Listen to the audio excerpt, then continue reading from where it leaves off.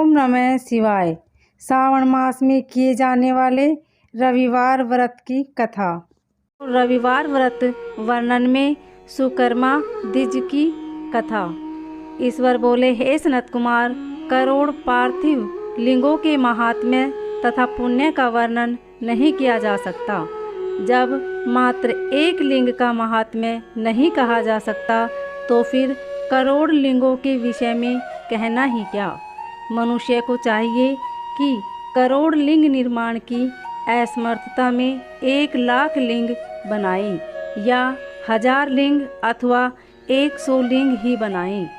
यहाँ तक कि एक लिंग बनाने से भी मेरी सनिधि मिल जाती है। षडक्षर मंत्र से 16 उपचारों के द्वारा भक्तिपूर्ण मन से भगवान शिव की पूजा करनी चाहिए। गृह यज्ञ के साथ उद्यापन करना चाहिए। तदंतर होम करना चाहिए और ब्राह्मणों को भोजन कराना चाहिए। हे सनत कुमार, इस अनुष्ठान को करने वाले की अकाल मृत्यु नहीं होती। यह व्रत बांझपन को दूर करने वाला है, सभी विपत्तियों का नाश करने वाला और सभी संपत्तियों की वृद्धि करने वाला है। मृत्यु के पश्चात वह मनुष्य कल्प पर्यंत मेरे समीप कैलाश वास करता है। जो मनुष्य श्रावण मास में पंचामृत से शिव जी का अभिषेक करता है, वह सदा पंचामृत का पान करने वाला, गोधन से संपन्न, अत्यंत मधुर भाषण करने वाला तथा त्रिपुर के स्त्रु भगवान शिव को प्रिय होता है। जो इस मास में अनुदन व्रत करने वाला तथा हविष्यान ग्रहण करने वाला होता है, वह विरही आदि सभी प्रकार के धान्यों का अक्षय निधि स्वरूप हो जाता है।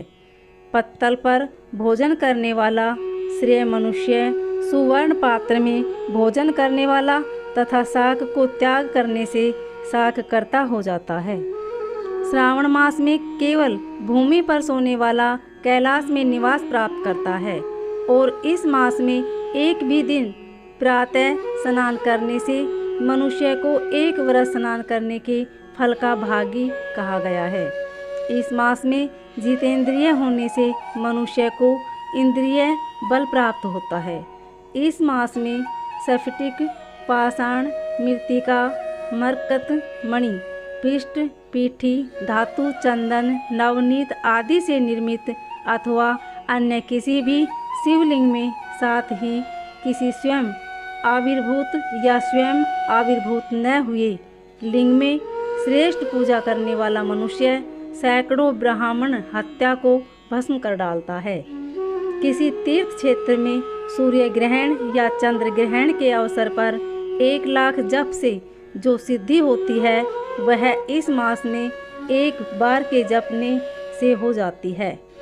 अन्य समय में जो 1000 नमस्कार और प्रदक्षिणाएं की जाती है, उनका जो फल होता है वह इस मास में एक बार करने से ही प्राप्त हो जाता है। मुझको प्रिय यह श्रावण मास में वेद पारायण करने पर सभी वेद मंत्रों की पूर्ण रूप से सिद्धि हो जाती है। श्रद्धा युक्त होकर इस मास में 1000 बार पुरुष सूक्त का पाठ करना चाहिए अथवा कलयुग में इसका चौगुना 4000 पाठ करना चाहिए अथवा वर्ण संख्या 100 गुना पाठ करना चाहिए अथवा यदि यह करने में असमर्थ हो तो आलस्यहीन होकर मात्र 100 पाठ करना चाहिए। ऐसा करने वाला ब्रह्म हत्या आदि पापों से मुक्त हो जाता है, इसमें संदेह नहीं है। गुरु पत्नी के साथ संसर्ग जन्य पाप के लिए यही महान प्रायश्चित है। इसके समान पुण्यप्रद, पवित्र तथा पापनाशक कुछ भी नहीं है। पुरुष सूक्त के जप के बिना इस मास में एक भी दिन व्यतीत नहीं करना चाहिए। जो मनुष्य इस फल को आशीर्वाद कहता है, वह नरकगामी होता है। इस महीने में समिधा, चरु, तिल और घृत से गृह यज्ञ होम करना चाहिए। शिव के रूपों का भली भांति ध्यान आदि करके धूप, गंध, पुष्प, नैवेद्य आदि से पूजन करना चाहिए और अपने सामर्थ्य के अनुसार कोटि होम, लक्ष होम अथवा 10 सहस्त्र होम करना चाहिए। आहुतियों के साथ ओम भू, ओम भुवः, ओम स्वः के साथ तिलों के द्वारा भी यह गृह यज्ञ नामक होम किया जाता है। हे संत कुमार, इसके बाद अब मैं वारों के व्रतों का वर्णन करूँगा, आप सुनिए। हे अनग, उनमें सर्वप्रथम मैं आपको रविवार का व्रत बताऊंगा। इस संबंध में लोग एक प्राचीन इतिहास को कहते हैं। प्रतिष्ठानपुर में सुकर्मा नामक एक द्विज था। वह दरिद्र, कृपण तथा भिक्षावृत्ति में लगा रहता था। एक बार वह धान्य मांगने के लिए घूमते घूमते नगर में गया। उसने किसी गृहस्थ के घर में मिलकर रविवार का उत्तम व्रत करती हुई स्त्रियों को देखा। तब उसे देखकर वे स्त्रियां परस्पर कहने लगी कि इस पूजा विधि को शीघ्रतापूर्वक छिपा लो। इस पर वह विप्र उन स्त्रियों से बोला, हे श्रेष्ठ स्त्रियों, आप लोग इस व्रत को क्यों छिपा रही हैं? आप सभी दयालु स्त्रियां मुझ पर कृपा करके इसके विषय में बताएं। तीनों लोकों में परोपकार के समान कोई धर्म नहीं है। समान चित्त वाले सज्जनों के लिए परमार्थ ही स्वार्थ है। मैं दरिद्र तथा दुखी हूँ। इस श्रेष्ठ व्रत को सुनकर मैं भी इसे करूँगा। अतः आप लोग इस व्रत का विधान तथा फल अवश्य बताएं। स्त्रियां बोली, हे द्विज, इस व्रत के करने में आप उन्माद तथा प्रमाद करेंगे अथवा इसे भूल जाएंगे अथवा इसके प्रति अभक्ति या अनास्था रखने लगेंगे। अतः आपको यह व्रत कैसे बताऊं?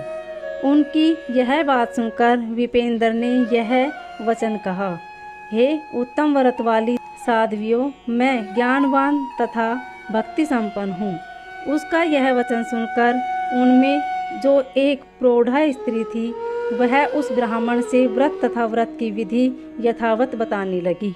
हे ब्राह्मण, सावन के शुक्ल पक्ष के प्रथम रविवार को मौन होकर उठ करके शीतल जल से स्नान करें।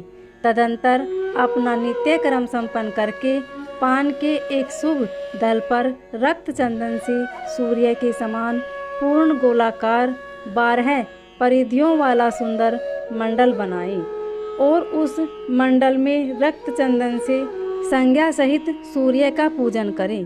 तदंतर घुटने के बल भूमि पर झुककर 12 मंडलों पर पृथक पृथक रक्त चंदन तथा जपा कुसुम से मिश्रित अर्घ्य श्रद्धा भक्ति पूर्वक सूर्य को विधिवत प्रदान करें और रक्त लाल अक्षत जपा कुसुम तथा अन्य उपचारों से पूजन करें। तदंतर खंड शर्करा मिश्री से युक्त नारिकेल के बीज का नैवेद्य अर्पित करके आदित्य मंत्रों से सूर्य की स्तुति करें और श्रेष्ठ 12 मंत्रों से 12 नमस्कार तथा प्रदक्षिणाएं करें।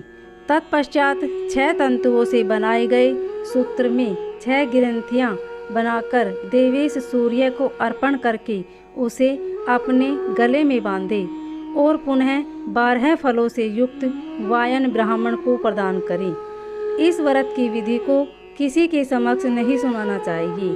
हे विप्र, इस विधि से व्रत के किए जाने पर धनहीन व्यक्ति धन प्राप्त करता है, पुत्रहीन पुत्र प्राप्त करता है, कोढ़ी कोढ़ से मुक्त हो जाता है, बंधन में पड़ा हुआ बंधन से छूट जाता है और रोगी रोग से रहित हो जाता है। हे विपेंद्र, अधिक कहने से क्या प्रयोजन? वह साधक जिस अभीष्ट की कामना करता है इस व्रत के प्रभाव से उसे प्राप्त कर लेता है। इस प्रकार सावन के 4 रविवारों और कभी कभी 5 रविवारों में इस व्रत को करना चाहिए। तदंतर व्रत की संपूर्णता के लिए उद्यापन करना चाहिए। हे विपेंद्र, आप भी इस प्रकार करें, इससे आपकी सभी मनोकामनाओं की सिद्धि हो जाएगी। तत्पश्चात उन पतिव्रताओं को नमस्कार करके वह ब्राह्मण अपने घर आ गया। उसने जैसा सुना था उसी विधि से उस संपूर्ण व्रत को किया और अपनी दोनों पुत्रियों को भी वह विधि सुनाई। उस व्रत के सुनने मात्र से शिवजी के दर्शन से तथा उनके पूजन के प्रभाव से वे कन्याएं देवांगनाओं के सदृश हो गई। उसी समय से उस ब्राह्मण के घर में लक्ष्मी ने प्रवेश किया और वह अनेक उपायों तथा निमित्तों से धनवान हो गया। किसी दिन उस नगर के राजा ने ब्राह्मण के घर से होकर राजमार्ग से जाते समय खिड़की में खड़ी उन दोनों सुंदर तथा अनुपमेय कन्याओं को देख लिया। तीनों लोकों में कमल, चंद्रमा आदि जो भी सुंदर वस्तुएं हैं, उन्हें वे दोनों कन्याएं अपने शरीर के अवयवों से तिरस्कृत कर रही थी। उन्हें देखकर राजा मोहित हो गए और क्षण भर के लिए वहीं खड़े हो गए। ब्राह्मण को शीघ्र बुलाकर उन्होंने दोनों कन्याओं को मांग लिया। तब उस ब्राह्मण ने भी हर्षित होकर दोनों कन्याएं राजा को प्रदान कर दी। उस राजा को पति रूप में प्राप्त करके वे कन्याएं भी प्रसन्न हो गई। वे स्वयं इस व्रत को करने लगी और पुत्र पौत्र आदि से संपन्न हो गई। हे मुने, महान ऐश्वर्य देने वाले इस व्रत को मैंने आपसे कह दिया। हे विधि नंदन, जिस व्रत के श्रवण मात्र से मनुष्य सभी मनोरथों को प्राप्त कर लेता है, उसके अनुष्ठान करने के फल का वर्णन कैसे किया जाए। इस प्रकार श्री स्कंद पुराण के अंतर्गत ईश्वर संत कुमार संवाद में श्रावण मास महात्म्य में परकीर्णक नाना व्रत रविवार व्रतादि कथा नामक 5वां अध्याय पूर्ण हुआ। ओम नमः शिवाय। उम्मीद है आपको यह कथा अच्छी लगी होगी। अगर अच्छी लगे तो कमेंट में ओम नमः शिवाय अवश्य लिखें। धन्यवाद।